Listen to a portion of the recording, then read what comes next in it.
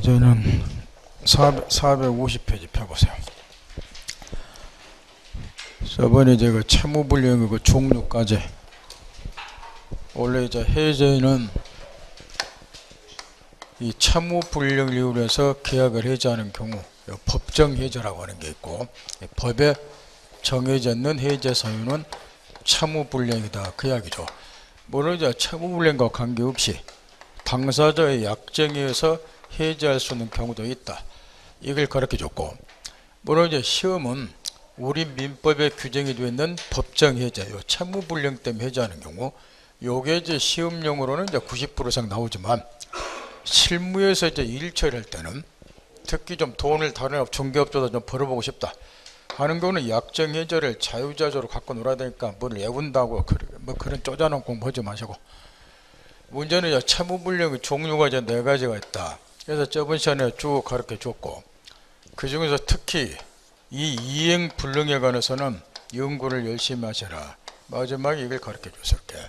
그럼 이제 먼저 여기 채무불이행 종류 중에 이행지체의 경우는, 이거는 이제 이행이 가능함에도 불구하고 채무자가 채무이행을 안 하는 경우니까 일단은 상당한 기간을 정해서 다시 한번 채무이행을 독촉, 특히 이제 매수인이 전날짜에 무슨 중도금융을 안 준다, 대표적으로 이제 이행지체라고 그랬죠. 따라 이런 경우는 네가 언제까지 중도금 지급하지 않으면 계약 해지하겠다, 일단 이행이 가능한 경우니까 최고를 표를 한다, 딱 염두 두고, 실무에서 이제 가장 빈번하게 발생되는 것이 이행지체라고 저번에 가르쳐 줬어요. 따라서 이런 것들을 쭉쭉 읽으란 말. 밑에 기억 이행이 가능하다 있고, 우측 넘어가서 동그라미 뒤역번 다시 한번 읽어두고, 동그라미 뒤역번은 뭐 때문에 중요하다고 가르쳐 줬나요? 원래 이제 채무불이행이 있어야지 이제 계약 해지하니까 중개사는 아주 간단해. 모르고 말고 듣고, 여기 채무불이행의 요건 중에서 2가지 것만 신경 쓰라고 했어요. 채무자 고의 또는 과실 있는 귀책 사유가 있을까, 요걸 항상 확인했을 건데, 이러고 그 다음에 고의 또는 과실 있는 위법한 행위로 인해서 채무자가 채무를 이행하지 아니하니까 이행기 이행을 하지 아니했지만 그 이행하지 않는 것을 정당화시키는 사유가 있으면 그거는 위법한 것이 아니니까 채무불이행 아니다, 이걸 가르쳐 줬어요. 이때 중개사 수준에서는 딱 한 가지만 신경 쓰라고 했어요. 위법한 행위에 관련해서는 뭐 신경 쓰라고 가르쳐 줬나요? 뭐 그러죠, 동시행항변권, 그거 하나. 여기서 동시행항변권이 존재하는 경우는 이행기를 통하더라도 이행지체가 될 수 없다. 왜냐? 이행기 이행하지 않는 것이 정당화되니까. 그게 그 디귿번이야. 그것만 하나 딱 체크해버리고, 나머지는 전부 뭐에다 신경을 쓰자?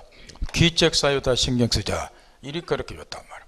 그래서 그 디귿번은 동시행항변권이 존재하는 경우니까 이행기 이행하지 않더라도 위법한 것이 아니다. 그거 하나 딱 점검하고, 그 다음 밑에 내려 상당한 기간을 정해서 최고를 해야 되고, 이 최고와 관련해서도 동그라미 4번 지나게 하는 길에 한번 읽어두고, 원래 이제 이행지체가 사람을 미치게 만드는 거, 이게 왜 미치게 만드냐 그러면은, 예를 들어서 지금 이 건물 매매를 했는데 가장 대표적으로 여기 매수인이 전날짜에 중도금을 지급을 안 하더라, 전형적인 이행지체.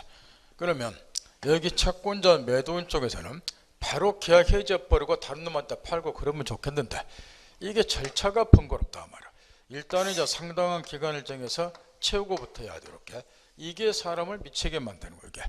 이게 내용증도 보내고, 그럼 채우고를 해서 너 언제까지 중도금 주라, 이게 이제 채우고 기간인데, 그 다음에 이제 그 기간 내에 이행이 없으면 채고 기간 만료 시에 비로소 뭔만 발생이 되느냐, 해제권이 발생이 되는 거야. 계약이 또 해제되는 것도 아니고, 순서가 상당한 기간을 정해서 먼저 뭐 한다, 채우고, 그 다음에 채고 기간 내에 채무이행이 없으면 채고 기간 만료 시에 해제권만 채권자에게 발생하는 거야. 그 다음에 다시 또 뭐 해야 되느냐, 해제의 여기 최고기간 내 채무이행을 따라서 계약이 자동 해제되는 건 아니기 때문에 해제권만 생기는 거야. 그 다음 다시 뭐 해야 돼요?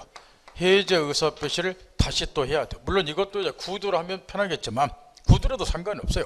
그냥 나중에 이쪽에서 나는 얘가 해제했다는 사실을 들은 적이 없다 발표해버리면 해제했다는 사실을 내가 증명을 해야 되는데, 증명이 어려우니까 이거 또 내용 증명을 띄워야 된다 말이야. 이런 과정을 거치면 세월 다 간다 그 말이야.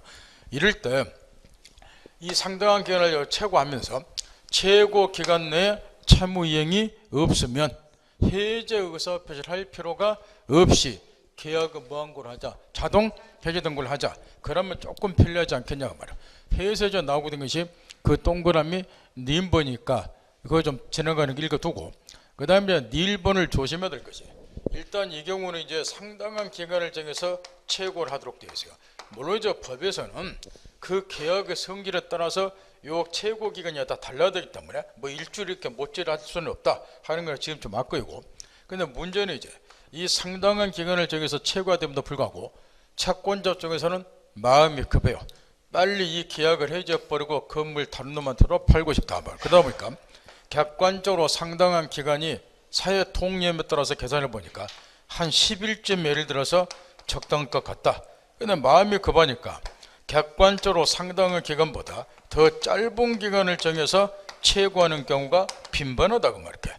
그럼 이런 경우도 첫째, 최고 효력이 발생이 되는가? 만약에 이 경우에 객관적으로 상당한 기간보다 짧은 기간, 예를 들어서 내일 오후 5시까지 중도금 지급 안 하면 계약 해지하겠다 이런 식으로, 그럼 이런 경우에도 만약에 최고 효력이 발생이 안 된다고 가정을 하면은 하나 물어봅시다. 이 경우에 지금 이 채권자하고 채무자 중에서 얘가 지금 중도금 지급 안 했다 칠 때 나쁜 새끼는 누군가요? 얘죠? 얘죠? 근데 객관적으로 상당한 기간보다 짧은 기간을 정해서 최고했다고 해서 최고 효력이 만약에 발생이 안 된다고 가정을 하면 매도인 채권자는 다시 상당한 기간을 정해서 또 최고를 해야 돼요. 이리 되면 채무를 이행하지 아니한 상대방을 과부해 준 셈이다. 본질적으로 얘가 나쁜 놈이란 말이야. 따라서 객관적으로 상당한 기간보다 짧은 기간을 정해서 최고하더라도 최고 효력은 일단 발생이 된다. 딱 점검하고, 그 대신에 두 번째 문제가 남아요. 아까 이야기한 것처럼 최고 기간이 이제 경과가 돼야지 비로소 해제권이 발생이 되는데, 그럼 이 경우에 해제권은 언제 발생하는 걸 볼 것인가? 이 문제가 남는데, 만약에 이 경우도 내일 오후 5시가 지나자마자 해제권이 발생한다고 보게 되면 얘한테 너무 불리하지 않냐 그 말이야. 따라서 해제권은 언제 발생으로 보자. 이 짧은 기간이 아니라 객관적으로 상당한 기간이 경과했을 때 해제권은 발생으로 보자. 이리 해석하면 되니까 이걸 딱 점검을 하되, 동일한 이유에서 아예 거기 네 1번을 보면 최고 기간을 정하지 아니한 경우라고 압축을 했었죠. 이런 경우도 똑같이 해석을 하면 돼요. 최고 기간을 정하지 않거나 객관적으로 상당한 기간보다 짧은 기간을 정해서 최고했다. 이런 경우도 일단 최고 효력은 있다. 그래서 해제권은 언제 발생한다? 객관적으로 상당한 기간이 경과했을 때 해제권은 발생한단 말이야. 따라서 최고를 할 때 이행지체고는 상당한 기간을 정해서 최고하도록 되어 있지만, 여기 상당한 기간을 정한다는 것은 최고 필수적 요건은 아니라는 거예요. 판례하면. 그 다음 최고를 요하지 않는다. 어떤 경우냐? 자, 이행지체의 경우는 이행이 가능한 경우이기 때문에 원칙 상당한 기간을 정해서 최고를 하라. 그럼에도 불구하고 최고 없이 이행지체이지만 최고 없이 계약을 해지하는 경우가 있다. 첫 번째, 제일 밑에 동그라미 1번. 채무자가 미리 이행 거절 의사를 명백히 한 경우. 여기에 이제 조심을 해야 될 거예요. 우리 교재는 지금 이걸 구별하지 않고 아무렇게나 지금 써놔버렸는데, 여기서 미리 이행 거절 의사표를 한 때 여기에 이제 최고 없이 계약 해지한다 지금 이야기인데, 여기서 미리는 이제 언제를 말하냐 그러면은 채무 불이행이 있으려면, 이행지체가 있으려면은 일단 이행기가 도래해야죠. 예컨대 중도금 지급 날짜가 4월 20일이다. 그럼 이행기가 도래했는데 얘가 채무 이행 안 해야지, 중도금 지급 안 해야지 채무 불이행 이행지체가 되는 거예요.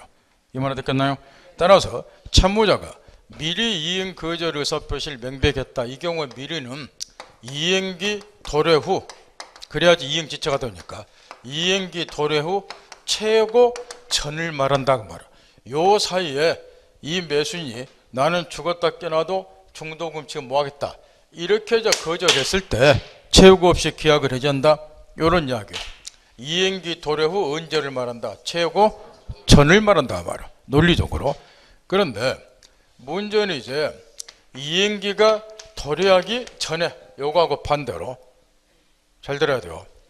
원래 이제 이행지체가 되려면 이행기가 도래해야 되는 거야. 따라서 미리 이행 거절 의사를 명백했다. 그 말은 이행기 도래 후 그래야 이행 지체가 되니까. 그 다음에 이제 뭐 해야 되는데? 체고를 해야 되는데 그 전에 이제 뭐 했다는 거예요? 나 죽었다 깨나도 이행 못하겠다 거절했다는 거예요. 요 사이에. 그런데 여기 이제 이행기가 아예 도래하기 전에 요거하고 반대로 도래하기 전에 명백한 이행 거절을 하는 경우가 있다. 그 말. 요거하고 반대로. 근데 이 예고에서는 우리 민법에 전혀 규정이 안 됐다는 거. 지금 미리 이행 거절 의사를 표시하면은 최고를 요하지 않고 계약 해지한다. 요거는 요 사이를 말하는 거예요. 근데 이행기가 도래하기 전에 명백한 이행 거절을 하는 경우, 요 경우는 우리 민법에 어떻게 처리를 할 것인가? 요 경우도 최고를 해야 되는가 말아야 되는가 규정이 없다는 거예요.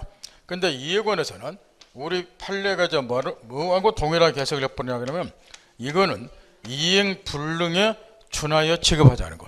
그럼 이행 불능은 이행이 불가능하니까 뭐가 필요 없는 거? 최고가 필요 없죠. 이때 제일 밑에 판례는 지금 이 기억번하고 전혀 해당이 없는 거야. 이 기억번에 미리 이행 거절에서 명백한 경우는 이행기 도래 후 최고 전을 말하는 것이고, 제일 밑에 판례 보세요. 이것도 자주 물어보는데 예운대 가서 문제 못 푸니까 이 경우 최고는 이행길이 제일 밑에 이행길이 도래하기 전이라도 해제할 수 있게 이렇게 돼 있죠. 안 맞잖아. 원래 미리는 언제를 말하는데 이행기 도래 후 최고 전을 말한다 그 말이야. 근데 그 제일 밑에 판례는 어떤 경우를 말하느냐? 이행기가 도래하기 전에 명백한 이행 거절하는 경우를 말한다 그 말이야. 근데 이에 관해서는 민법에 규정이 없다 보니까 우리 판례는 어떻게 취급한다? 이행 불능에 준하여 취급한다는 거. 그럼 이행 불능은 바로 뒤에 나오지만 이행기가 도래할 필요도 없이 뭐 할 필요도 없이 최고할 필요도 없이 자기 쪽에서 이행 제공할 필요도 없이 바로 계약 해제가 가능해요. 그 판례가 제일 밑에 쓰였는 판례라고 말이야. 따라서 제일 밑에 판례는 이행기가 도래하기 전에 명백한 이행 거절을 하는 경우니까 예운대에서 되려니까 정확히 구별해서 이해할 것. 그 다음에 뒤에 계약이 정경의 경우, 이것도 지금 이행 지체에 해당이 됨에도 불구하고 미리 이행 거절 의사 표시를 명백했다. 최고 필요 없다.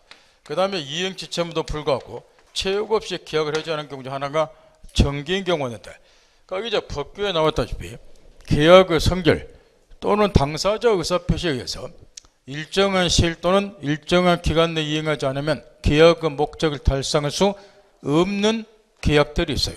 이런 거를 정경이 이를 이야기해요. 예를 들면 거기 밑에 예를 들어놓은 것처럼 이 갑 신랑놈이 4월 20일 날 결혼식을 하고자 한다. 해서 양복점 주인 을에게 나 4월 20일 날 결혼식을 하니까 그 전날 최소한 4월 19일까지 양복 하나 만들어줄라. 결혼식 날 입을 예복을 주문하는 계약을 체결했어. 이렇게. 그러면 이 경우는 지금 이 결혼식 입을 예복을 주문하는 계약을 체결했기 때문에 아무리 늦어도 결혼식 전날 4월 19일까지 이 양복점 주인 양복 만들어줘야지, 채무를 이행해야지 계약은 목적 달성하겠죠. 따라서 이런 거를 이제 당사자 이 경우는 이 의사표시에 의해서 정경해야 되는 경우다 이런 이야기를 하는데, 그럼 이런 경우에 만약 이행기 4월 19일까지 양복 만들어주지 못했다. 그럼 이것도 이제 흔히 말하는 채무불량 중에 이행지체에 해당이 되는데, 그럼 이 경우도 이행지체니까 양복점 사장한테 당신 앞으로 일주일 이내에 양복 다시 만들어주라. 안 하면 계약 해제했다. 결혼식 날짜 지나쁜단 말이야. 따라서 이런 경우는 계약의 목적을 달성할 수 없으니까 이 날짜 이행을 안 하면 최고 없이 계약을 바로 해제하고 19일 날 이행 안 하면 손해배상 청구해서 그 손해배상 가지고 기성복이라도 사유가 되지 않겠냐 그런 이야기. 따라서 이제 이것도 한 가지를 조심하는 거야. 이것도 마찬가지요. 지금 최고 없이 계약을 해제한다는 소리인데 이때도 최고 없이 이제 얘한테 해제권이 발생이 되는 거 이렇게. 그러면 해제 의사표를 다시 해야지 해제 효력이 생기지. 이 말 알겠나요? 이런 거에 쪽팔리게 속지 않도록 하라고 말이야. 정기의 경우에 이 채무자 채무이행이 없으면 계약이 자동 해제된다. 그러면 틀리다 그 말이야. 해제권만 생기는 거야. 다시 해제 의사표시를 해야지 계약의 효력이 소멸이 되니까 그거 하나 조심하란 말이야. 그 다음에 그 밑에 판례 사례에서 1번 판례 이 점으로만 한 번씩 물어보니까 따박따박 점검 잘하고, 미리 이행하지 않을 의사를 명백히 표시를 했다. 그러면 채우고 없이 계약 해지하겠죠. 이행지체 경우에. 그리고 나중에 그걸 다시 두 번째 줄 뭐 했다? 철회했다 그 말이야. 그러면은 다시 원래의 이행지체처럼 상당한 기간을 정해서 뭐 해야 돼요? 채고를 한다. 그 판례고. 2번 판례가 뭐인지 한번 읽어보세요. 그 2번 판례가 뭘 말하겠는지 한번 해보세요. 부동산 매매계에서 매수인이 이행기를 도구한 후에 이르러, 이행기 지났다는 거야.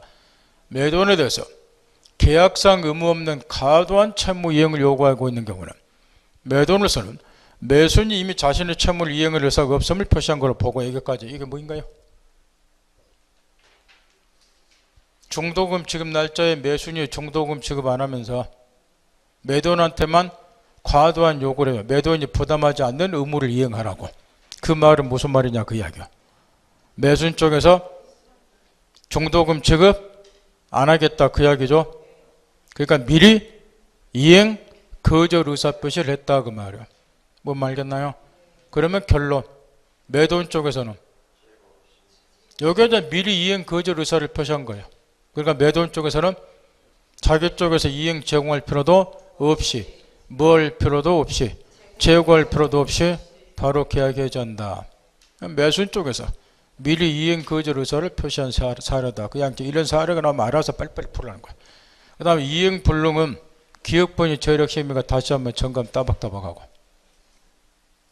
이행이 불가능하더라도 다 이행 불능 되는 거 아니에요. 그죠? 각과리 건물에서 매매했다. 건물이 멸실이 됐다.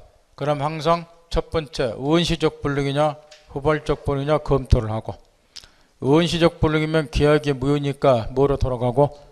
조문대우라고 그랬죠. 535조 1항에서 계약처에서 가르치면 돌아가고, 후발적 불능으로 판단이 되면 2단계 또 무엇을 검토하고, 귀책 사유가 누구에게 있는가를 검토해서 쌍방 모두에게 책임 없는 사유로 이행이 불가능하거나 채권자에게 귀책 사유가 있으면 이연부담 문제로 가지만, 채무자에게 귀책 사유가 있으면 채무 불이행, 그 중에서도 이행 불능 문제니까 기억본 다시 한번 점검 따박따박하고, 채무자에게 귀책 사유는 점검하고, 단 항상 뭘 전제하라? 후발적 불능 전제하고, 그 다음에 디귿번 이런데 쪽팔리게 속지 않도록 점검 잘 하시고, 눈으로 읽으세요.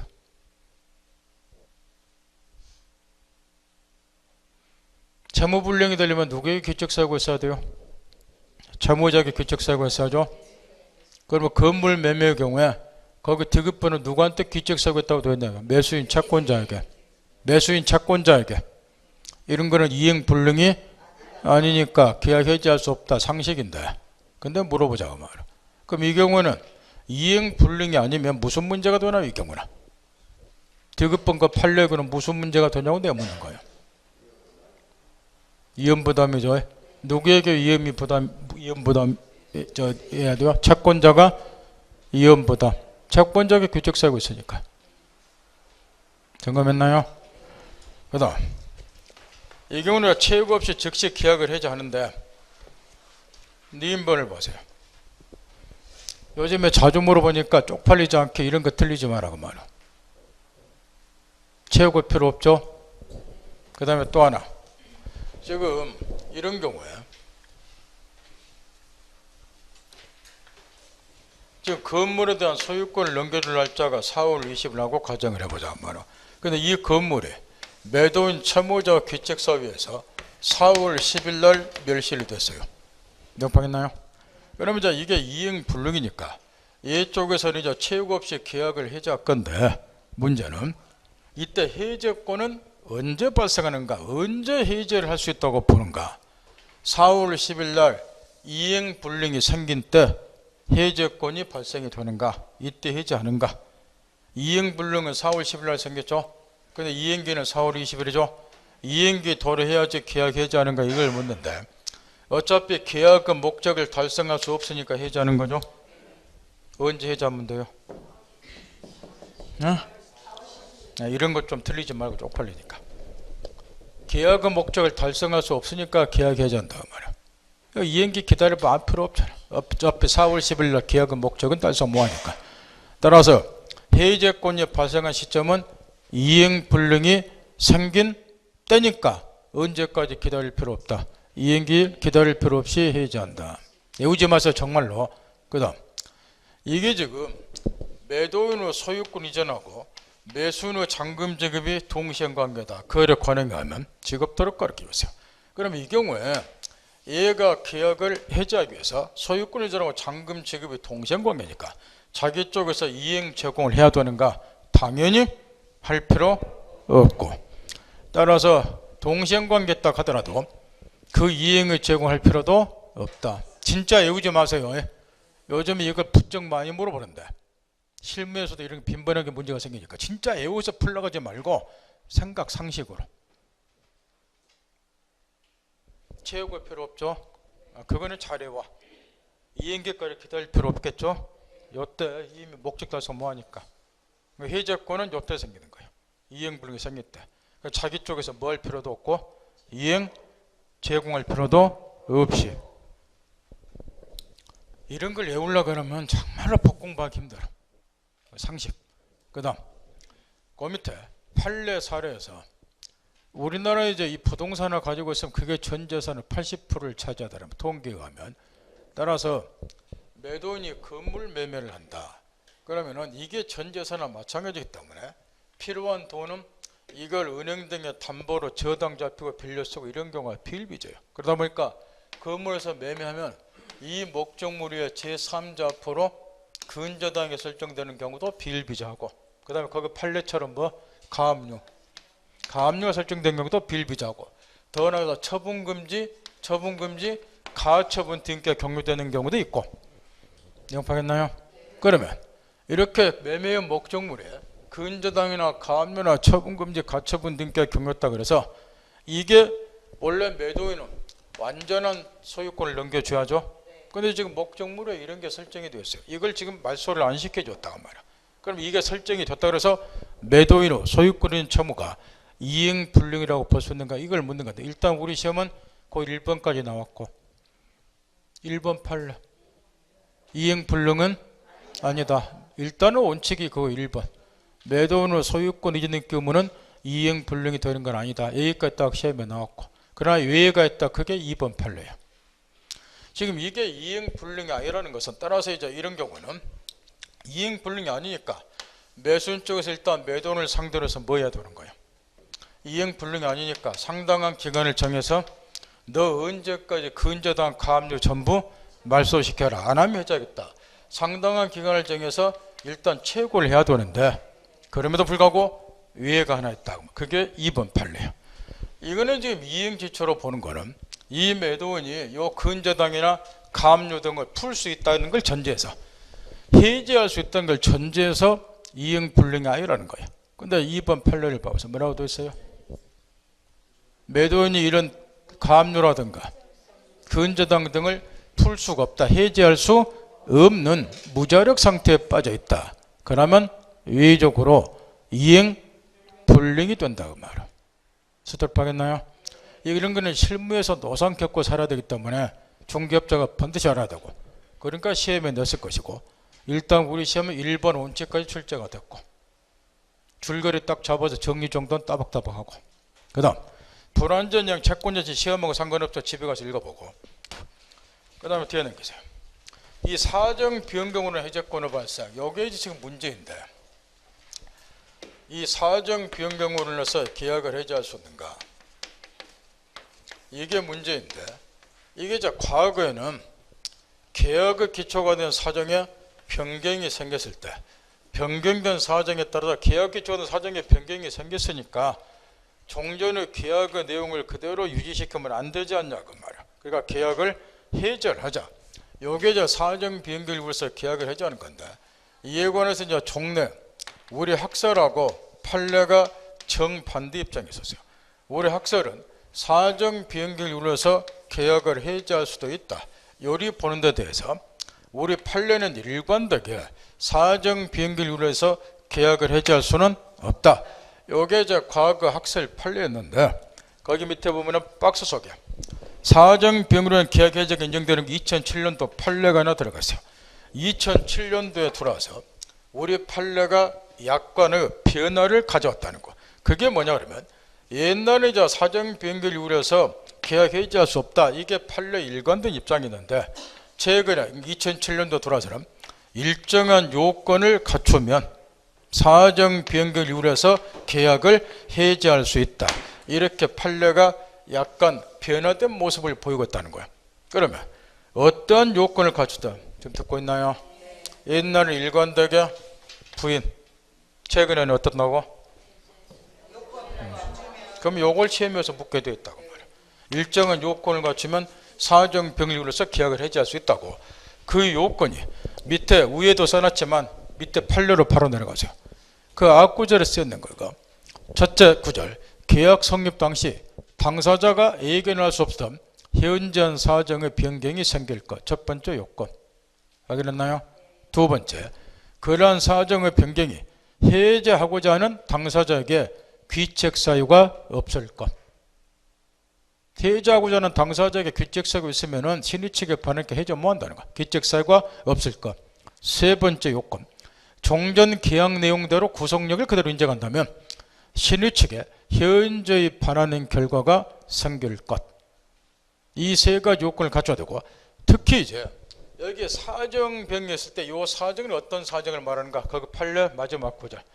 당사자 주관적 또는 개인적 사정을 말하는 것이 아니고 계약의 기초가 된 객관적인 사정을 말한다 그 말이야.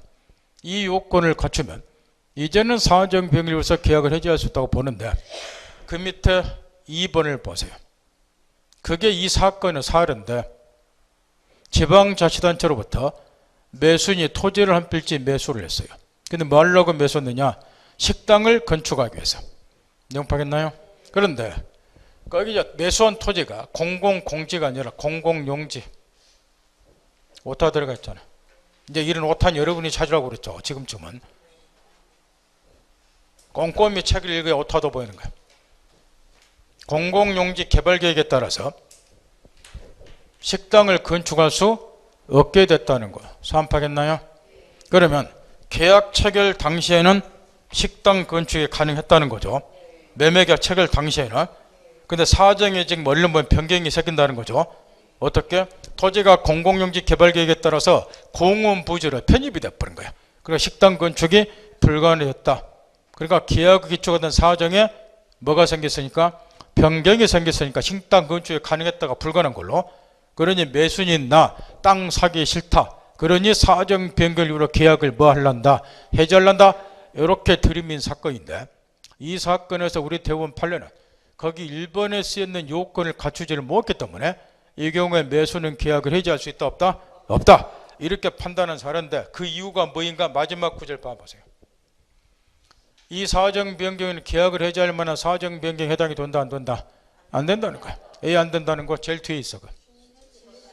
요거는 식당 건축에서 매수인의 주관적 사정에 불과한 것이지 계약의 기초가 된 객관적인 사정에 해당하는 것이 아니다. 그런 이야기야. 그래서 이 판례가 아주 중요하니까 점검 딱 하고 그 외에 동그라미 3번 해제권을 발생해서 하나만 물어봅시다. 이 사정 변경을 이유로 계약을 해지하고자 할 때 요건을 갖추면 해지할 수 있다고 보니까 채권은 필요할까요? 필요 없을까요?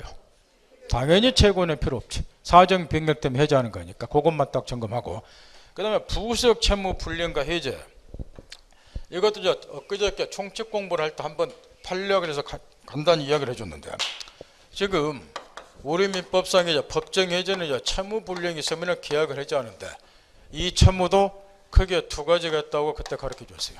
이 주된 채무라고 하는 것이 있고 그 다음에 또 하나는 부수적 채무라고 하는 게 있는데 이것도 시험에서 자주 물어본단 말이에요.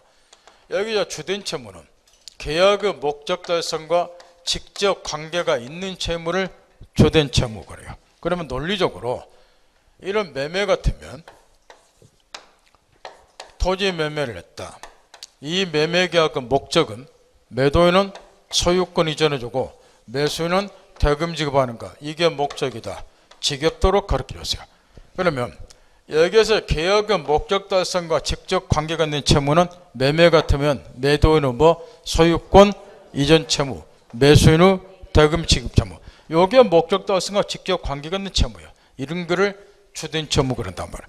따라서 이제 이 소유권 이전 안 하거나 대금 지급 안 하면 논리적으로 목적 달성 뭐하니까 요 계약 해지하면은 항상 기계처럼 공부 못하는 사람의 주특징이 뭐냐 그러면 해지하고 나면은 채무 불이행 때문에 해지한다 이것부터 떠올린 사람들이에요. 영원히 공부하고는 거리 멀어. 해지는 뭐 때문에 두고 있다. 계약의 목적을 달성할 수 없는 사정이 생겼을 때 계약을 그대로 유지 존속할 필요가 없으니까 계약이 처음부터 체결되지 않는 상태로 되돌리고 세제를 두고 있는 거예요. 따라서 목적 달성할 수 없는 게 어떤 경우냐? 그 다음에 나오는 것이 이제 이거 확인해 봤다시피 채무 불이행이 있으면 목적 달성 뭐하니까 이제 계약 해지하라. 이게 법정 해지라고 말이야. 따라서 목적 달성할 수 없을 때 해지하는 거예요. 따라서 이제 계약의 목적 달성과 직접 관계가 있는 채무, 주된 채무는 당연히 이행 안 하면 목적 달성 뭐 하잖아. 그러니까 당연히 해지 사유가 되겠죠. 요거는 해지 사유가 되는 거 이렇게. 그런데 우리가 토지거래 허가제에서 공부했다시피 요게 만약에 토지거래 허가구역 내에 소지하는 토지다 그 말이에요. 명확하겠나요? 그러면 이 경우 이제 관할관청은 허가를 받을 수도 상호 협력 의무를 부담한다고 그러는데 계약이 무효락하더라도 물론 유동적 무효겠지만 이때 이 협력 의무를 이행하지 아니해서 또 계약을 해지할 수 있는가? 요 판례를 가르쳐 주는데요. 협력 의무 불이행을 위해서는 계약 해지할 수 없는데 요게 곧 부수적 채무에 해당이 되기 때문에 얼마 전에 가르쳐 줬어요. 그 다음에 숙제를 하나 내준다 말이야. DP에 넘기세요. 456페이지에 제로의 기출문제가 하나 있어요. 찾나요? 거기 이 문제 맞힌 사람이 별로 없었는데 해설도 지금 부실하다고 말이에요. 거기 1번 사례를 보세요. 우리 실무에서 이런 일들이 자주 벌어지는데 전대차의 경우에 물론 이제 임대인의 동의로서 전대차를 했어요. 그 전차인도 임차인에게 보증금 지불해야 되겠죠. 근데 이 경우에 전차는 항상 걱정되는 게 있어요. 임차인이 보증금 반환 안 해줄 수 있다는 거. 제때. 그래서 이제 전차인이 임차인에게 요구한 사건인데 당신이 전대차 종료 시에 보증금 반환을 안 해줄 수 있으니까 그 보증금 반환 채권을 담보하기 위해서 예컨대 근저당을 하나 설정해달라 이렇게 요구한 사건이에요. 전차인이 누구한테? 임차인한테. 근데 임차인이 그 담보 제공을 했다 안 했다? 근저당 설정했다 안 했다? 안 했다. 이랬을 경우에 전차인이 전대차 계약을 해지할 수 있는가? 요걸 묻는 판례인데 명확하겠나요? 결론부터 이야기하면 해지할 수 없는데 왜 없는가? 집에 가서 연구해 보세요. 눈치가 빠르면 객관적 시험은 10점은 묻고 들어가. 방금 제가 뭐 하면서 이 이야기를 언급했으니까 벌써 눈치 빠른 사람은 눈치챘을 거예요. 그러죠? 집에 가서 연구하라고 말이야. 그 다음 거기 해제권 행사와 관련해서 해제권 행사 방법에서 제일 밑에 가로 2번 543조 2항 점검 딱 하시고 해제 의사표시도 상대방이 있는 의사표시예요. 상대방에 도달하는 이유는 처리 뭐 하겠죠? 점검 딱 하고 우측에 넘어가서 여기 해제권은 가장 전형적인 형성권이에요. 취소권과 더불어서 따라서 형성권은 권리자가 일방적으로 의사표시를 하기만 하면 효력이 발생이 되는 거예요.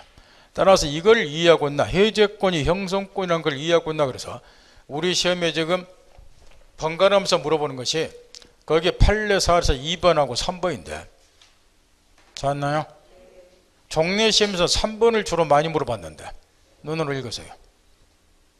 매매 떠오르고 매수인이 전할자에 대금 지급 안 했어요. 그러면 채무 불이행이죠. 매도인이 계약 해지하겠죠. 그래서 매도인이 계약을 해제를 했어요. 내용 파겠나요? 그 나중에 마음이 바뀌었어. 매도인이. 그 다음에 계약이 유효하게 존속한다는 걸 전제로 해서 다시 매수인에게 대금 지급하러 청구했다는 거예요. 수돌파겠나요? 이때 매수인 쪽에서 야 새끼야 네가 이미 해지를 했는데 무슨 소리냐? 네가 이미 해지했으니까 계약 효력은 소멸이 됐다. 나 잔금 지금 뭐 하겠다. 이행 거부할 수 있냐? 그거 묻는 거예요. 요지는 해제권은 형성권이다. 이거 이해하고 있나? 그래서 묻는 이야기라고 말이야. 해제권이 형성권이기 때문에 일단 매도인 채권자가 해제권을 행사해버리면 해제 효력이 바로 발생이 되는 거예요. 그 말 알아듣겠나요? 따라서 나중에 매도인이 이미 해제를 자기가 해놓고 다시 계약이 유효하게 존속한 등을 이유로 해서 매수인의 이행 청구를 하면 매수인은 뭐라고 개기문 된다고 말이야. 네가 이미 뭐 했으니까 해제했으니까 해제권이 형성권이니까 해제 효력이 이미 발생이 됐다. 그런 이행 뭐 하겠다. 그 이야기야. 이걸 몇 번 물어보다가 동시에 또 시험에서 같은 애 같이 물어본 것이 2번 판례예요. 2번 판례도 동일한 취지의 판례가. 해제권은 뭐이다? 형성권. 해제권을 일단 행사를 했어요. 그런 다음에 그에 따른 후속 조치로 소송을 제기했는데 소송을 취하를 한 거예요. 그때 해제 효력이 우치됩니까? 그거 묻는 거예요. 이미 내뱉어버렸잖아요. 해제권 해제 의사표시 하면은 효력이 일단 발생이 되는 거예요. 그러니까 소치와 상관없이 해제 효력은 발생이 됐다. 그 이야기예요. 따라서 2번, 3번 판례는 묻는 이유를 알면서 점검하라면 해제권은 무슨 권리다? 형성권이다. 형성권은 권리자의 일방적 의사표시가 있으면 효력이 즉시 발생한다. 그걸 이해하고 있나. 그래서 묻는 판례가 2, 3번이고 종례 시험에서 주로 3번을 물어본대. 3번에 오타가 하나 있으니까 고치세요. 그 3번에도 오타가 있어요. 계약의 팀 마지막 그래. 사회방 그런데 상대방이에요. 사회방이 아니라 상대방이다 그 말이야. 지금쯤 이런 오타도 여러분이 스스로 찾아낼 줄 알아야 돼.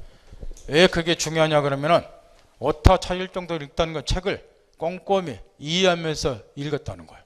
그걸 찾지 못했다는 건 야매로 대충 공부했다는 거예요. 그 상대방이에요. 그 다음 해제권의 불가분성도 시험에서 기초로 자주 물어보기 때문에 일단 이렇게 딱 머릿속에 담아야 되는데 지금 우리 민법상 해제권은 행사 및 소멸에 있어서 불가분성이 모두 인정이 된다. 이렇게 딱 전제를 하고 행사에 있어서 불가분성도 인정이고 소멸에 있어서 불가분성도 인정이 된다. 행사에서 불가분성이 547조 1항이고 소멸에서 불가분성이 547조 2항이에요. 두 개가 다 인정이 된다는 거예요. 거기 밑에 예를 보세요. 갑이 매도인이고 갑은 목적물을 매수인이 을과 병으로 주어놨죠. 두 놈이 공동을 매수한다. 동그라미 밑반에. 이처럼 이제 당사자 일방 또는 쌍방이 여러 명인 경우가 있다고 말이야. 이런 경우는 해제권 행사할 때도 전원으로부터 전원에 대해서 해제권 행사하라는 거예요. 왜 그러느냐? 이유는 아주 간단해요. 거기 사례에서 만약 갑 매도인이 매수인 중에 한 놈 을에게만 해제 의사표를 했다고 가정을 해보세요. 영파겠나요? 그러면 갑과 을 사이의 계약은 효력이 소급해서 소멸이 됐겠죠. 그런데 매수인 중 1인 병에게는 해제 의사표를 만약에 안 한다면 병과의 계약은 유효하게 존속하겠죠. 그럼 법률관계가 엄청 복잡해지는 거예요. 그럼 이 뒤처리를 누가 하겠냐고 말이에요. 따라서 복잡한 법률관계가 발생하는 것을 방지하기 위해서 이런 경우는 매수인이 두 놈이면 전원돼서 해제권을 행사하라 그 말이에요. 따라서 이거는 복잡한 법률관계가 발생하는 걸 방지하기 위해서 이 규정을 두고 있기 때문에 가로친 3번 강행 규정이 아니라 임의 규정이에요. 따라서 이제 거기 동그란 2번 사례에서 갑이 거기 을병 전원에게 원래는 해제를 해야 되는데 매수인 쪽에서 채무 이행이 없으면 이럴 때는 대표자 1인을 딱 정한 다음에 을에게만 해제를 하더라도 해제 효력이 생기는 걸 하자. 이렇게 할 수도 있다는 거예요. 임의 규정이기 때문에. 그 다음 이 소멸에서도 불가분성도 똑같이 인정이 돼요. 예를 들어서 거기 동그란 2번 사례에서 이번에는 매도인이 채무를 이행 안 하니까 매수인들 쪽에서 해제를 한다고 가정해보자 한 말. 그럼 해제권자가 을병 두 놈이죠. 근데 을은 해제권을 포기를 했어요. 해제 못하겠죠. 근데 병은 해제권을 그대로 간다고 해보세요. 그럼 병이 또 해제를 해보라. 그러면 또 복잡해져 법률관계가. 따라 그런 복잡한 법률관계가 발생하는 미연에 방지하려면 을의 해제권이 소멸이 되면 병의 해제권도 불가분적으로 같이 소멸하는 걸로 봐야 된다. 그래야지 을병 두 놈이 다 해제를 못하게 되겠죠. 그래서 행사 및 소멸에서 불가분성 인정이다. 점검 딱 이런 거 틀려버리면 정말로 가랑면하기 힘드니까 맞추라고 내주는 거니까 무조건 맞춰야 되고 해제 효과 관련해서 여기서부터가 아주 중요하다는 거예요. 여기 해제 효과 관련해서 먼저 기본적으로 이 건물에 대해서 매매대금 1억 원으로 매매를 했다. 이 매수인이 계약금은 제때 따박따박 잘 주더만 중도금을 제때 안 줬다. 채무불이행. 그러면 흔히 말하는 매도원 쪽에서는 채무불이행을 이유로서 계약을 해지한다. 이게 이제 흔히 말하는 법정 해제겠죠. 해제를 하게 되면 일단 가장 중요한 효과가 계약 효력이 소급에서 소멸이 된다. 소급에서. 그러니 당사자는 이 계약 효력이 이제 소급에서 소멸이 되니까 더 이상 이 계약에 구속될 필요가 없으니까 계약의 구속으로부터 당사자는 해방이 될 것이고, 두 번째, 여기 칠판에서 알았죠. 매수인 예컨대 계약금 등 이미 지불을 했다. 이행한 거 있다. 그러면 당연히 각각 이행받은 것을 상대방에게 반환해 주는 문제가 생기는데, 이거를 해제의 경우는 원상 회복 의무라고 이야기하고 이행을 좀 돌려준다는 거. 그 다음에 이제 채무 불이행 때문에 해제하니까, 채무 불이행은 어디 하나만 물어봅시다. 우리 민법상 손해배상 청구한다는 소리가 자주 나와요. 손해배상 청구는 언제 하는가요? 채무 불이행하고 불법행위 때문에 하는 건데, 그때는 왜 손해배상 청구하는 건가요? 채무불이행 아니면 이제 불법행위 때문에 이제 손해배상 청구 문제가 생기는데, 여기 채무불이행 경우는 채권자가 채무자가 손해배상 청구하고, 불법행위 경우는 피해자가 가해자가 손해배상 청구한다. 지겹도록 가르쳐 줬는데, 이거는 왜 손해배상 청구하냐고 내묻는 거예요. 채무불이행의 개념을 머릿속에 떠올리세요. 채무자 고의 또는 과실 있는 위법한 행위로 인해서 채무자가 채무이행하지 않는 거죠. 불법행 요건을 떠올리세요. 가해자의 고의 또는 과실 있는 위법한 행위로 인해서 피해자에게 손해가 생겼죠. 위법한 행위가 뭐인가요? 법이 허용하지 않는 행위를 말하죠. 가비의를 폭행을 했어요. 얘 이빨 부러지고 손을 많이 봤어요. 폭행이라고 하는 것은 법에 허용을 안 하니까 입법 행위를 했죠. 얘가. 그럼 법에 허용하지 않는 행위를 한 자는 법에서는 항상 불이익을 주도록 되어 있다 그 말이에요. 그죠? 법 공부 기초야. 그 불이익을 주는 방법이 약간의 차이가 있어요. 요거는 일단 형법상 얘한테는 무슨 불이익을 주겠죠? 형법상 다시 하게. 위법한 행위는 법에 허용하지 않는 행위를 했기 때문에 위법한 행위를 한 자에게는 법에서 불이익을 주도록 되어 있다고 말이야. 그 불이익을 주는 방법이 형법이라는 법을 위반하면 뭘 주고? 칠판 보세요. 형벌을 가함으로써 징역 몇 년 천다 불이익을 주고, 민법에서는 형벌을 가할 수는 없잖아. 민법에서 주는 불이익은 뭐예요? 금전적인 불이익을 주는 거예요. 그게 뭐이다? 손해배상 책임을 부담 지우는 거예요. 뭔 알겠나요? 그래서 여기 개념에 다 뭐가 들어가는 거예요? 뭔 알겠어요? 그래서 채무불이행과 불법행위는 위법행위란 말이 핵심 포인트라고 말이야. 법에 허용하지 않는 행위를 했기 때문에 금전적인 불이익을 준단 말이야. 법에서는 항상 위법행위라는 자에는 불이익을 주도록 돼 있어. 그래야 법을 지킬 거 아니냐 그 말이야. 그런 것도 좀 생각하면서 공부를 해보라고 말이야. 그 다음 이거는 채무불이행 때문에 해제하기 때문에 따라서 무엇도 할 수 있고 손해배상 청구도 이미 좁은 시간에 가르쳐 줬지만 하나만 다시 한번 생각해 보자고. 요거는 이제 채무불이행 때문에 계약을 해제하는 법정 해제의 기본적인 효과고, 이게 또 이제 채무불이행 관계없이 해제하는 약정 해제도 있다고 내가 가르쳐 줬어요. 그러면 저번에 지겹도록 내 추리를 시켰어. 여기 법정 해제나 약정 해제나 다 같은 단독행위로서 똑같은데 해제 사유만 다를 뿐이라 그 말이야. 따라서 해제에 관한 민법 규정은 약정 해제도 원칙적으로 적용이 되죠. 그런데 적용되지 않는 게 하나 있다고 내가 가르쳐 줬어요. 그게 뭐이다? 손해배상 청구는 뭐다?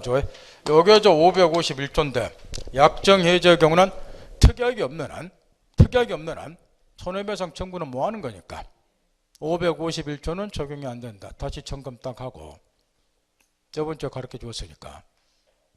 그 다음 세부적으로 들어가서 먼저 소급효가 인정이 된다. 이와 관련해서 이제 가장 문제되는 것이 하나가 남아있어요. 거기에 뭐냐 그러면 소급효가 인정이 되면 계약 효력은 소급에서 소멸이 되기 때문에 아직 이행하지 않는 것은 더 이상 이행할 필요가 없을 것이고, 이행한 것이 있으면 반환해주는 문제가 생기겠죠. 그건 뭐 당연한 건데, 문제는 우리 교재를 기준하면 가로친 2번에 쓰는 거고, 해제와 물건의 복귀. 이거는 물건법 지식이 필요한데 지금 이런 걸 묻고자 한다고 말이에요. 이런 거를 지금 이 건물에 대해서 두 사람이 매매 계약을 체결했어요. 순서를 한번 밟아보면, 그 다음에 이제 이행기가 도래하면 소유권 넘겨달 알았다, 소유권 이전에 관한 합의가 이루어지고, 그 다음에 이제 부동산이니까 등기를 이전해서 흔히 말하는 물건 변동, 소유권이 매수인에게 이전이 되겠죠. 이렇게 이런 과정을 거쳐요. 그래서 여기서 이제 묻고자 하는 게 뭐냐 그러면은, 이 매도인이 매수인의 잔금 미직을 이유로 해서 예컨대 참호부를 이유로 해서 매매 계약을 해체를 했다 그 말이에요. 그러면 이 경우에 이 매도인 채권자 쪽에서 해제의 의사표시를 하기만 하면 을에게 넘어간 등기를 말소 등기하지 아니하더라도 소유권이 갑에게 복귀하는가. 만약 이렇게 가정을 하면 등기 없이 소유권이 돌아오죠. 흔히 말하는 민법 187조가 적용되는 셈이고, 아니다.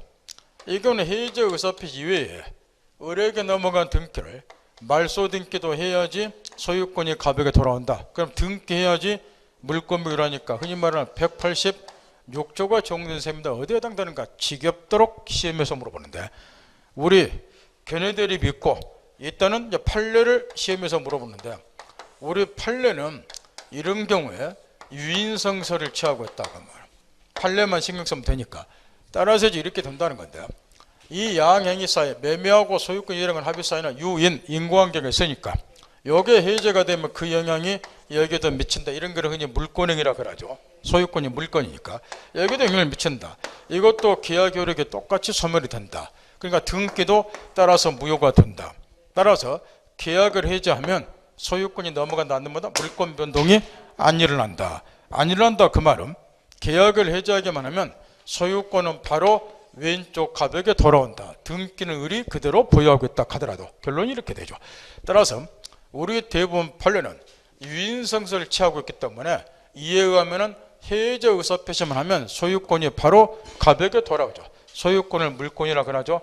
따라서 이제 이거를 학설 이름을 붙여서, 물권법하고 계약법이 똑같은 건데 굳이 이제 학설 이름을 붙여서 소유권이 물건이니까 해제하면 말소 등기 안 하더라도 소유권이나 물건이 매도하는 게 바로 돌아온다. 그래서 이런 거를 물건적 효과설, 물건법 지식을 통하면 몇 조에서 물권 변한다? 187조. 이렇게. 이걸 시험에서 직업대로 물으면 돼. 우측에 동그라미 2번에 보면 물건적 효과설 판례 쓰여있죠. 이걸 외우는 게 아니고 판례는 이렇게 물권행위와 채권행위 사이 유인성설을 취하니까 유인성설 이걸 딱 전제하고 풀면은 답이 그대로 나온다 그 말은. 문제는 이제 여기서 또 한 가지가 문제는 거야. 이에 관한 판례가 그 밑에 판례 사례가 두 줄짜리 판례고, 매매계약이 합의해제된 경우에도 매수인에 기존됐던 소유권은 당연히 매도인에게 복귀한다. 그 말은 말소 등기 할 필요 없이 당연히 복귀한다. 몇 조가 적용된다? 187조가 그 이야기야. 따라서 우리 판례도 무슨 입장을 취하고 있다? 물건적 효과설을 취하고 있다. 제목이 물건적 효과설 이렇게 하는 건 해제하면은 소유권과 물건이 바로 매도인에 돌아온다. 그래서 물건적 효과설 학설 이름을 미리 붙이는 거야. 그래서 중요한 거는 이제 제3자 보문제인데 이 경우에 이제 이런 문제가 생긴다는 거예요.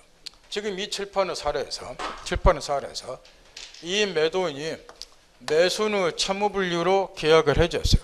그러면 등기는 을이 그대로 보유하고 있다 하더라도 소유권은 일단 매도인의 갑에게 돌아갔다 그 말이에요. 그런데 얘가 이제 권리자가 아니면서 소유자가 아니면서 등기를 가졌다 보니까 제3자들은 당연히 얘를 물어봐요. 소유자로.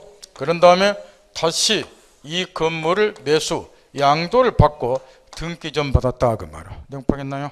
얘가 등기 가지고 있으면 소유자를 믿고서 그랬을 경우에 이런 제3자가 보호가 되는가? 요게 문제인데 이와 관련해서는 저번 시간에 서론 부분에서 가르쳐줬다시피 500 하도 시험에서 쏟아져 나오니까 전문 숫자도 외워버렸어요. 548조 1항 단서에 해제 의사표시에 의하여 제3자 권리는 해야지 뭐한다. 해제 의사표 했다 하더라도 제3자 권리는 뭐 해주시라? 보호해주어라. 이런 규정을 두고 있다고 말이야. 그래서 이제 마치 우리가 총칙에서 공부했던 무효취소를 가지고 선의 제3자가 대하지 못한다 이런 거를 선의 제3자 보규정, 요게 무효취소할 때 제3자가 선일 때 보가 되죠. 그거하고 이제 동일한 취지 규정이 해제의 경우에도 들었다. 해제 의사표시에서 제3자 권을 해야지 못한다. 제3자 권을 보여주라 이렇게. 그래서 이제 여기 총책에 나오는 선의 제3자 보규정만큼이나 계약법에서 시험에 많이 출제하는 것이 여기 548조 1항 단서예요. 내용이 이런 거고, 저번에 또 뭐를 가르쳐 줬느냐, 여기 548조 1항 단서 해제 의사표시 제3자 권을 해야지 못한다. 요거는 어떤 경우도 적용되고 그게 이합전 시험에 나왔다고 가르쳐 줬어요. 원래 해제에 관한 민법 규정은 합의해제는 적용이 안 되죠. 그런데 548조 1항 단서는 합의해제는 적용이 된다.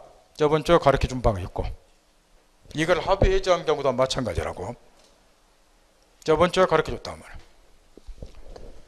그러면 구체적으로 이제 어떤 내용 보호받는 제3자인가 기억번 두 가지 거를 조심하라는 거예요. 일단은 해제 의사표 있기 전에 권리를 취득해야 돼요. 첫 번째 요건이 확인했나요? 해제 전에. 그 다음에 두 번째로는 완전한 권리를 취득해야 되니까 부동산 같으면 등기, 그래야 소유권 취득하겠죠. 상대방 쪽에서. 동산 같으면 이제 인도를 받은데, 동산은 우리 중개사 시험만 낼 일이 없으면 제껴도 되고, 따라 항상 뭐를 확인해야 되느냐, 지금 여기 제3자로서 보호가 되려면 첫 번째 요건 해제 의사 믿기 전에 얘가 권리를 취득해야 되고, 얘가 해제를 하기 전에 얘가 먼저 권리를 취득해야 된다. 이게 원칙이라는 거. 두 번째로는 얘가 이제 완전한 권리를 취득할 때 있어요. 법규상으로 해제 의사표시하여 제3자 권리는 해야지 뭐한다 이렇게 돼 있고, 권리를 취득하려면은 부동산 같으면은 등기 등을 이전 받아야죠. 이렇게. 그래서 이걸 꼭 확인해야 되는데, 완전한 권리를 취득한 자일까, 따라서 부동산 같으면 등기에 되어 있는 거 꼭 확인하고, 따라서 이제 이런 경우 이 두 사람이 함정에 속지 않도록 조심해야 돼요. 이 병이자 을로부터 이 건물을 매수하는 매매계약은 체결했지만 얘가 이제 등기 전은 못 받았어요. 이런 경우는 당연히 제3자로서 보호받을 일이 없으니까 조심하라 그 말이에요. 계약 해제해버리면 얘는 이런 경우는 완전한 권리 취득한 바가 없기 때문에 보호 대상이 안 된다고 말이에요. 뭔 말겠나요? 그 다음에 숙잔을 또 낸다고 말이에요. 선의 제3자 보규정이나 여기 548조 1항 단서나 지금 제3자를 보호해주는 규정이라는 건 똑같을 건데, 그죠? 여기서 얼마나 마인드가 형성이 됐고 생각하면서 공부하는 거 한번 묻는다 말이에요. 이게 지금 매도인은 매수인의 채무불능 이유로 지금 계약을 해제하는 거죠. 계약 해제, 채무불능 때문에. 이 계약을 없앨 만한 이유가 얘한테 있잖아. 얘가 채무를 이행 안 했으니까, 그죠? 그러면 요 각과 이제 병사의 관계가 이제 당연히 이 경우도 이제 문제인데, 만약에 A를 보여주면 얘가 보호가 안 되고, 해제도 소유권 찾으러 뭐하니까 얘가 이제 소유권 찾아가면 얘가 또 보호가 안 되고, 지금 이렇게 될 거라고 말이야. 요거하고 시험에 제일 많이 허위 표시 떠올려 보란 말이야. 이 토지에 대해서 얘가 채권자 강제필 멘탈하게 해서 허위 표시에서 가장 매매를 했다. 무효죠? 등기 넘어가도 소유자 아니잖아. 또 똑같은 문제가 생기죠. 얘가 얘를 소정기 양도 받았다. 이 경우하고 이 경우도 마찬가지야. 얘가 보호되면 얘가 소유권 취득 못하고, 얘가 소유권 취득하면 얘가 소유권 잃어버렸다. 이렇게 돼 있어. 이제 묻는다고 말이야. 여기 지금 채무불리로 계약 해제한 경우, 이 경우는 갑하고 병 중에서 누구를 더 보여주는 것이 우리 상식에 맞다. 그러세요. 이 경우에 갑과 병. 이 경우는 갑하고 병 중 누구를 더 보여주는 것이 사례에 맞다. 그러세요. 이 경우는 이 두 놈 중에서 누구를 보여주는 우리 상식에 맞겠는가 내가 묻는 거예요. 이 경우는 누구를? 결론부터 이야기하면 이 경우는 병을 더 보여주는 게 바람직하고 우리 상식에 맞는 거예요. 이 경우는 갑을 더 보여주는 우리 상식에 맞는 거예요. 근데 아무렇게나 지금 대답도 내가 아는데 이유를 대세요.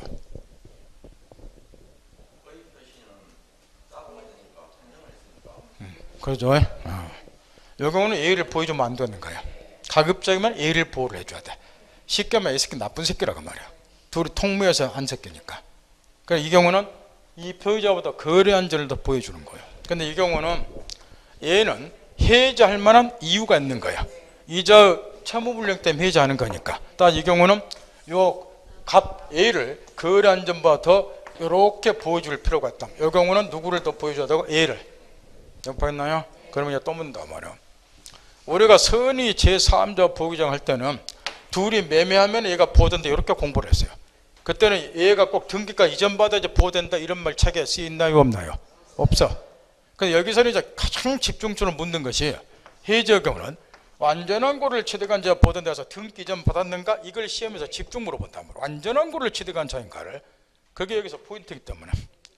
그러면 왜 이 경우는 제3자에서 보호가 되면 완전한 고를 취득한 자다 이렇게 제안을 했을까요? 방금 다 가르쳐줬잖아. 이거는 누구를 더 보호해주는 것이 바람직하니까 A를. 그러니까 A가 보호가 되려면 요건을 보다 더 엄격하게 할 필요가 있겠죠. 단순히 매매한 놈은 보여주면 안 되지.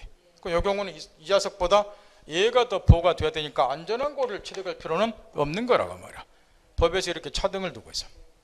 자, 해제의 경우는 항상 포인트를 완전한 고를 취득한 자일까 여기에다 포인트를 두라고 말이야.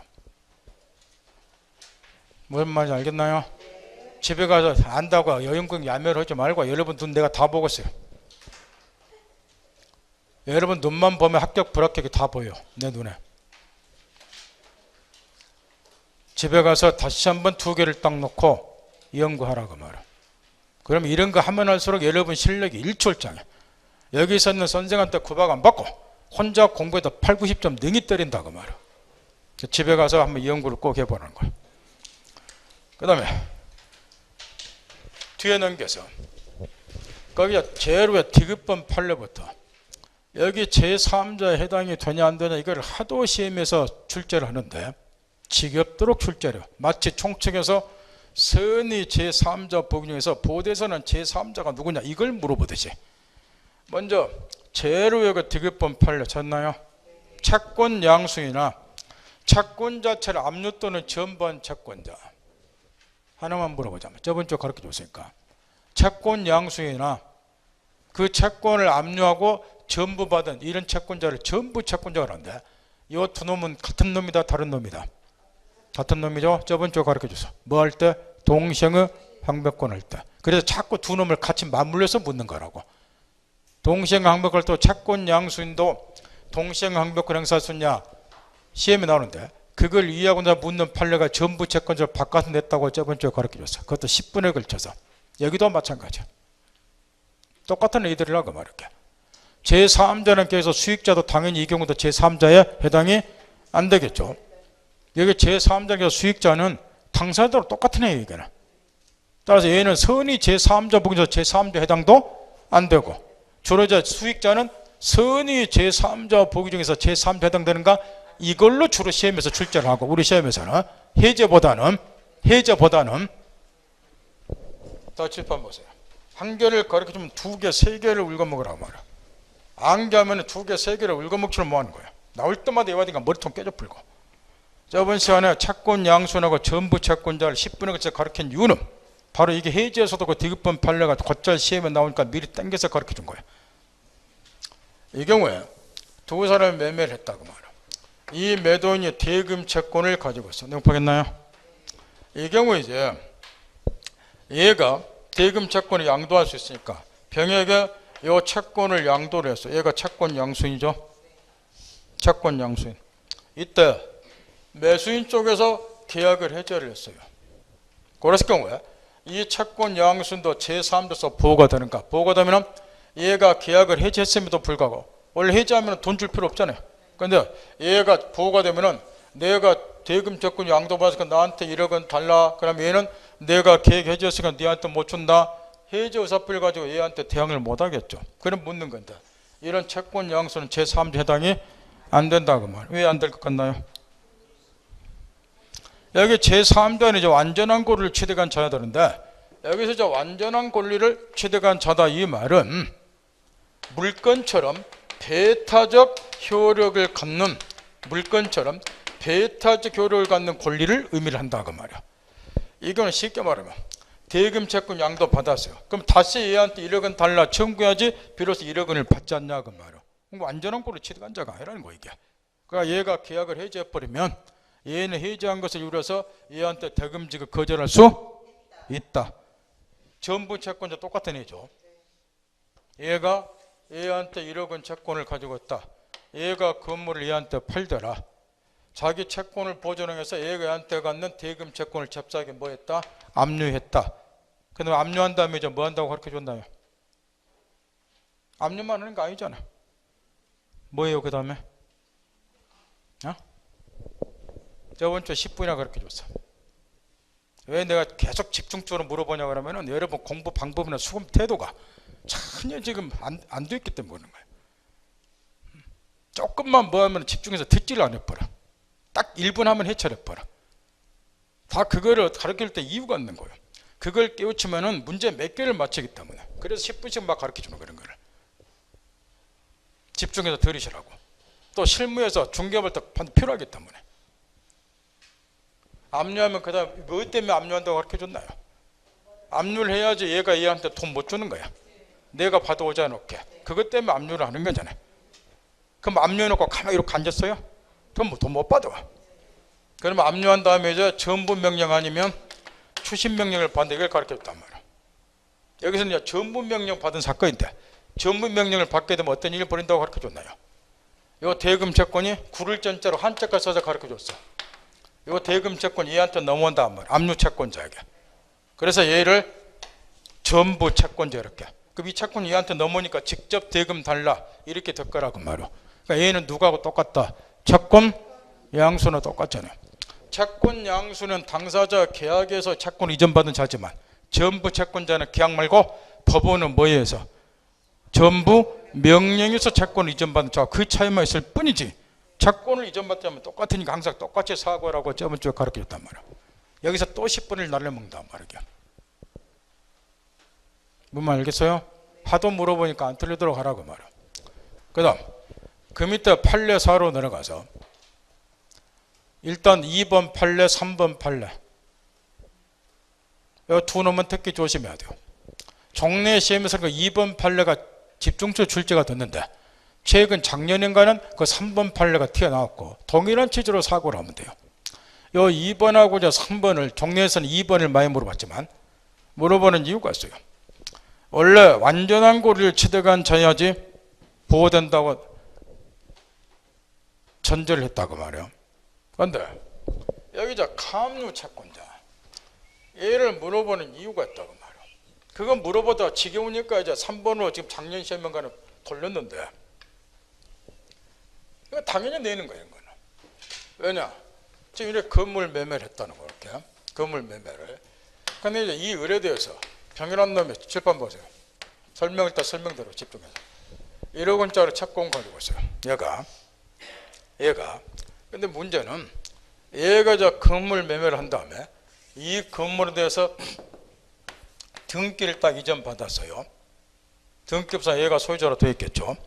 해서 이제 얘가 자 1억 원을 딱 얘한테 빌려준 사실이 있고 돈을 지금 안 갚아요. 그래서 이자 재산 상태를 조사하기 위해서 등기부를 딱 열람해봤더니 얘가 건물에 대한 소유권 가지고 있더라. 잽싸게 뭐 했다는 거야. 이걸 다른 놈한테 빼돌리면 안 되니까 그걸 방지하기 위해서 가압류를 했어요. 그러면 얘가 이제 일반 채권자에서 뭐로 바뀌어요?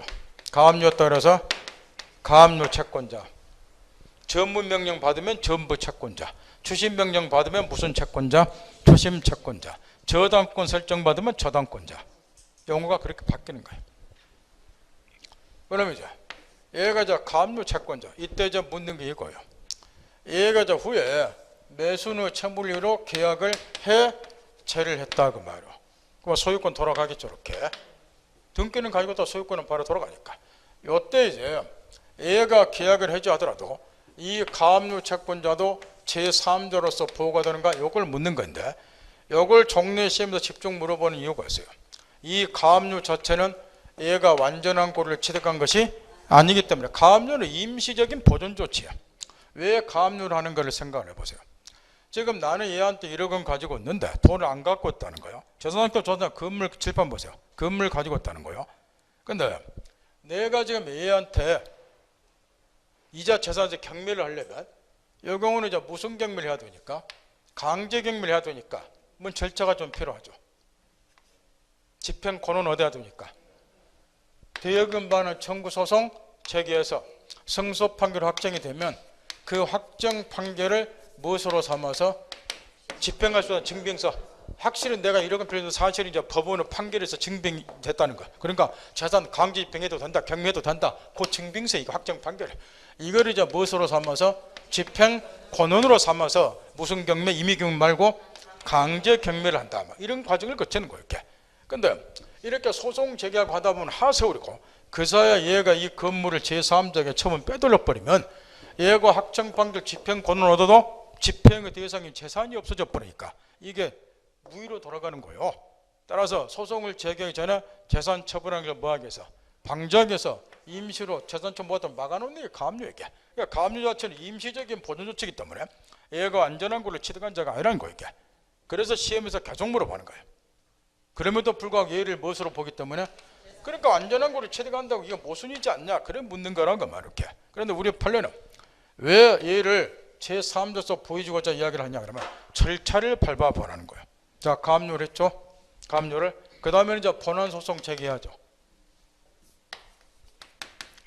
대여금 반환 청구 소송 제기한다 그 말이에요. 집행권을 얻기 위해서 미리 딱 가압류해놓고 그 다음에 아까처럼 집행권을 얻어서 그 다음에 이제 뭐 하는 거예요. 가압류는 건물을 강제 경매를 하는 거예요. 그럼 매각대금 가지고 자기 채권 회수를 하지 않냐는 거예요. 이게.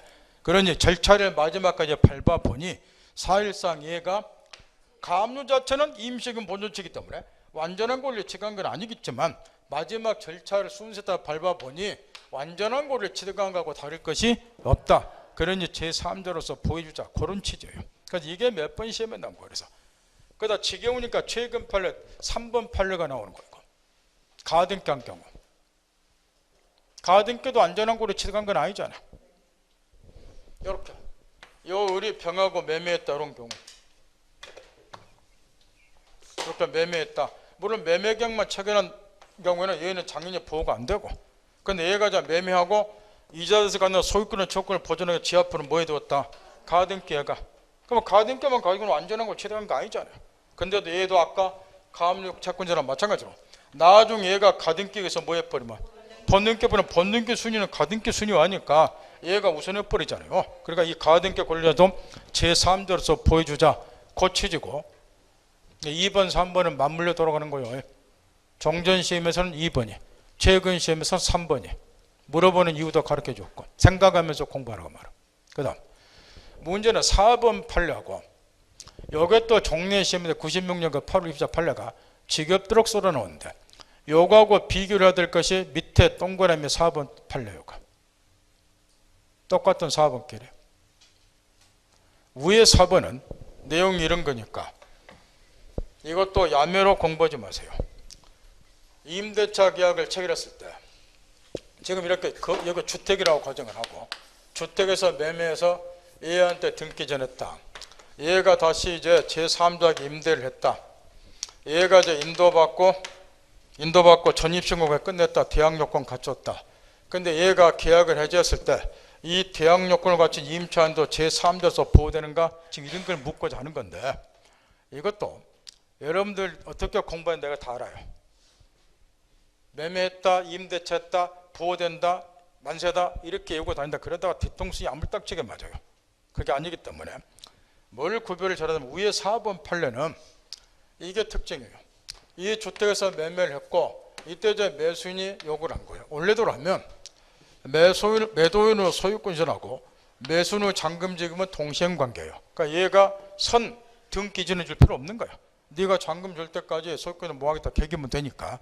그런데 꼭 우리나라는 이런 매수 같은 애가 잔금 지급할 때 되면 콕 하는 소리가 있어요. 미리 대금을 다 준비하고 제때 또 빡빡 주면 좋은데 꼭 잔금 줄 때 내가 잔금이 조금 부족하니까 이 소리를 한다 그 말이야. 조금 부족하다고. 그러니 네가 선 뭐부터 해달라. 등기점 소유권 넘겨달라 그 말이야. 그럼 내가 이 주택을 뭐 해서 제3자에게 임대를 해서 얘로부터 뭐 받아가지고 보증금, 임대로 말고 보증금 받아서 잔금 처리하마 이렇게 한다 그 말이야. 그러니까 얘가 그 말을 믿고 착하니까 선 등기 전에 먼저 해본다 그 말이야. 그러니까 얘가 임대를 딱 한다. 보고 있어. 칠판 임대를 딱 해요. 그러니까 얘가 이제 대항 요건 갖췄어요. 그러니까 보증금 받았죠. 이거 잔금 처리만 문제될 거 없는데 이 자식이 또 이 잔금 지급을 안 해본다 그 말이야. 다른 데 써불고. 그러니까 매도인이 이자의 채무이유로 계약을 뭐 하는 거예요? 해제를 한다 그 말이야. 요때 얘가 보호되는가 요걸 묻는 거예요. 거기서 주의해야 될 거예요. 4번 판례에서 제일 첫 줄을 인용하면 소유권을 뭐 했다가 요거 조심하라 말이야. 칠판에서 하래요. 매수인이 등기 전까지 받은 거요. 소유권을 취득했죠. 그걸 유념하라고 말이야. 소유권을 취득했다가 나머지는 이제 똑같고 이런 애도 제3자로서 보호가 된다. 대항 요건을 갖췄으니까. 명파했나요? 얘가 등기점과 소유권을 취득했으니까. 그 전부터 지금 임차한 경우. 그러면 얘도 제3자로서 보호가 되기 때문에 결과적으로 이렇게 되는 거예요. 얘가 지금 계약을 해제해서 소유권을 해보겠다 하더라도 얘가 제3자로서 보호가 되기 때문에 얘는 계약 해제했으니까 내가 소유자다. 주택 나에게 반환하라. 반환 청구 당연히 못하고. 여기가 됐나요? 근데 이게 주택임대차 보호법 판례로 연결이 돼요. 주택임대차 보호법으로. 따라서 이제 이 병은 임대차 존속기간이 만료될 때까지 임차권을 얘한테 주장을 해서 주택을 이제 마음 놓고 사용을 하는데 여기까지가 이제 548조 1항 단서 문제인데 마지막으로 한 가지 남는 게 있어요. 임대차 존속기간이 만료가 됐어요. 그럼 얘는 보증금 돌려받아야죠. 그럼 보증금을 을로부터 반환받는가 계약을 해제해서 소유권을 회복한 매도인 가벽에 보증금 반환 청구하는가 요게 이제 주택임대차 보호법 판례로 연결이 돼요. 그러니까 거기까지 연결을 사고를 해야 된다고 말이야. 쉽게 생각을 하면 이 경우에 주택임대차법은 예의를 보호하기 위해서 두고 있는 법이에요. 이럴 때 누구한테 보증금 반환 청구해야지 얘가 보호되는가 상식으로 하세요. 예요. 얘는 지금 내 눈앞에 없죠? 주택임대차보호법 3조 4항을 떠올리라. 주택임대차법 3조 4항. 대항 요건을 갖춘 상태에서 목적물이 양도가 되면 양도에는 모든 보물상의 주인의 양순에게 생계된 것으로 본다. 간주가 되죠. 보증금 반환 채무도 양순에 생계되잖아요. 그 규정이 이 경우도 적용이 된단 말이야. 주택임대차보호법 3조 4항에. 따라서 이자의 법률 대항 요건 갖췄잖아요. 그러니까 이자의 법률상의 주의가 얘한테 생계된 것으로 간주가 되니까 보증금 반환 채무도 얘한테 생계되는 거야. 따라서 임대차가 종료되면 얘는 을이 아니라 계약을 해제해서 소유권을 회복한 매도인 가벽에 보증금 반환 청구한다. 계약을 해제해서 소유권을 회복한 갑도 주택임대차법 3조 4항에서 말하는 뭐에 포함이 된다. 보증금 반환 채무를 승계받는 양손에 포함된다. 그 이야기야. 여기까지 정리 따박따박 하라고 말이야. 얘는 내 눈앞에 없잖아요. 내 눈앞에 있는 애잖아. 얘한테 보증금 돌려받을 때 보호될 거 아니요. 생각하면서 여기까지 정리를 완벽하게 딱 하라는 거야. 그 다음 이거하고 비교될 것이 그 밑에 이제 동그라미 4번 판례인데 매도로부터 매매계약 해제 조건으로 전세 권한을 부여받은 매수인. 지금 이제 이 판례는 요거하고 이걸 번갈아 가면서 우리 시험에 4-5번 출제를 했기 때문에 요거는 이제 주로 많이 출제를 했고 구별을 좀 해야 될 것이에요. 요 판례는 아까 어디다 중점 두라고 그랬어요? 소유권을 취득한 여기 핵심 구조라고 그랬죠. 쓸데없이 막 빌붙여봐 꽝이니까. 소유권을 취득한 그러니까 등기 전 받았다 말 확인했나요? 근데 거기 밑에 4번 판례는 지금 또 이제 이 매수인이 주택에서 매매를 하는데 또 저런 거예요. 잔금 지급일에 다가와서 내가 잔금이 조금 부족하니까 선 등기 전에 주라. 왼쪽 사례처럼. 근데 얘도 법 공부를 좀 한 사람, 여러분처럼 야매로 한 사람 아니에요. 실무에 다 써먹자고 공부하는 건데 여러분처럼 맨날 두드려 외워가지고 무슨 실무에 써먹지도 못하고 배운다고 악쓰고 있고 제가 제일 듣기 싫은 소리. 이해 못하니까 못 써먹는다는 소리를 안 하고. 이 사람은 공부를 제대로 한 사람이에요. 내가 선 등기 전에 버리면 왼쪽 같은 이런 불상사를 겪는다 알아요. 근데 이 녀석이 주택을 임대를 해서라도 보증금 받아서 나한테 빨리 잔금을 지불해야 되고, 나는 얘한테 그냥 채무불이로 계약 해제표는 속 편한데 그냥 이왕이 매매한 거 얘한테 팔고는 싶고, 이럴 때는 이제 뭐 하면 된다는 거예요. 매수인에게 등기 전해주기 전에 왼쪽하고 비교하는 거예요. 저 사례하고 잘 비교하세요. 등기 전을 안 해준 상태에서 임대 권한을 얘한테 부여하는 거예요. 네가 내 주택을 뭐 하라고, 거기는 전세 권한이라고 되는데 임대 권한 부여했다. 임대하라고. 이렇게 그 보증금 받아 잔금 처리해야죠. 그 잔금 안 줄 수 있잖아. 그러면 그게 뭐에 해당이 돼요? 채무불량에. 그럼 채무불 이후로 계약을 매도인 해제하겠죠. 그 여기다 조건을 붙여놓은 거예요. 그 판례 읽으세요. 매매계약 해제를 무슨 조건으로? 매매계약 해제를 해제 조건을 하여 전세권한 부여했죠. 이 말을 갖고 놓으세요. 이제 정기조건, 해제조건 갖고 놀아겠잖아. 이게 무슨 말인가 이게? 일단 전세권한은 부여하고, 그럼 임대했을 거 아니에요. 보증금 잔금 처리하죠. 안 하면 채무불량이죠. 그럼 얘가 계약 해제하죠. 해제를 무슨 조건을 했어요? 그럼 얘가 해제를 하면은 전세권한은 소멸이 돼요, 그대로 발생이 돼요? 왜? 해제를 무슨 조건을 했으니까? 해제 조건을 했으니까 전세권한은 소멸. 그러면 얘는 전세권한, 임대권이 없는 자로부터 임차한셈이 되니까 일체 대항요건 할아버지가 보완된다. 그 판례예요. 따라서 이 판례는 이 매수인이 소유권을 취득한 사실이 있어요, 없어요? 없어. 그거 구별 잘하라 그 말이야. 무슨 말인지 알아듣겠나요? 거기 밑에 4번 판례예요. 매매가 해제를 해제 조건부로 전세권을 부였다. 이 말을 외우려고 그러면 섣달 금날까지 해도 못 외워요. 그러니까 스토리 딱 파악하고, 얘가 잔금 지급 안 하면 계약을 해제한다. 그러니까 이 해제를 해제 조건부로 전세권을 부여했으니까 잔금 지급 안 하면 무슨 조건이 성취됐잖아. 해제를 하니까 해제 조건이 성취됐잖아. 그럼 임대권은 소멸되니까 임대권은 없는 자로부터 임차한셈이 된다. 그 이야기. 특징은 요 매수인이 등기전 받았다 못 받았다, 소유권을 취득한 사실이 없다고 말. 위에 4번 판례하고 뭐를 구별해야 되는지 알겠나요? 그 다음 거기 좀 2번 판례에서 2, 3번 판례, 2번 판례는 2014년 세급하는데 아직 출제가 안 됐는데 앞으로 반드시 나와요. 아마 작년 시험도 안 나왔을 건데 반드시 나올 거예요. 2번 판례. 미등기 무과금으로서 매매한 사례요. 확인했나요? 미등기잖아. 근데 이런 거는 각 지자체에서 무허가 건물을 관리하기 위해서 행정편의상 무허가 건물 관리대장을 편제를 딱 해놔요. 그러나 그 무허가 건물 관리대장의 소유자로 이제 등재가 되는 거예요. 근데 등기는 안 되는 거예요. 왜? 미등기니까. 근데 갑이 무허가 건물을 을에게 매매했다. 그런 다음에 을이 다시 병에게 전매했다. 이런 스토리야. 근데 무허가 건물 관리대장에 병 앞으로 소유자가 등재되어 있다. 그 이야기겠죠. 이때 갑이 을과 매매를 해제했다. 무허가 건물 관리대장에 소유자로 등재된 병이 보호되는가 그 이야기야. 안전한 권리를 취득한 놈 아니라고 말이야. 왜 아닐까요? 네, 그러죠. 무허가 건물 관리대장은 공적 정보, 소유권의 변동을 기재하는 등기부하고는 전혀 다르다 그 말이야. 따라서 무허가 건물 관리대장에 소유자로 등기했다 그래서 등기한 사람처럼 완전한 권리를 취득한 자가 아니기 때문에 제3조도 부안된다. 그 스토리. 이해했나요? 문제는 3번 판례도 최근에 좀 곧잘 보이는데 3번 판을 왜 제3자가 아닌가를 스스로 깨우쳐 보세요. 그 3번 판례.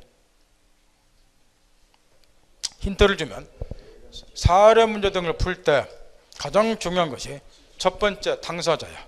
그 계약의 당사자. 두 번째 목적물이야. 그걸 항상 확인하는 습관들을 하는 거예요. 그 3번 판례 그걸 확인해 보면 금방 눈에 띄어요. 그래서 각과 을이 지금 토지 매매를 한 거예요, 지금. 그죠? 근데 뒷구절 보면 토지 위에 신축한 건물로 되어 있어. 그 뒤에 보세요. 이건 함정 내기가 딱 좋아.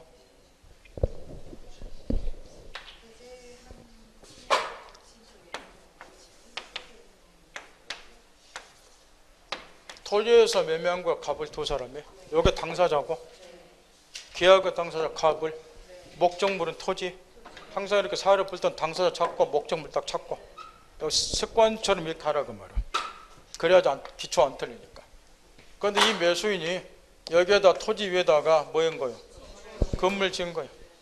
그 다음에 이 건물은 누구 소유예요? 갑 소유예요? 을 소유예요? 설사 무단으로 지어도 이 건물은 신축한 놈이 얘 거예요. 근데 얘가 이 건물을 병에게 판 거예요.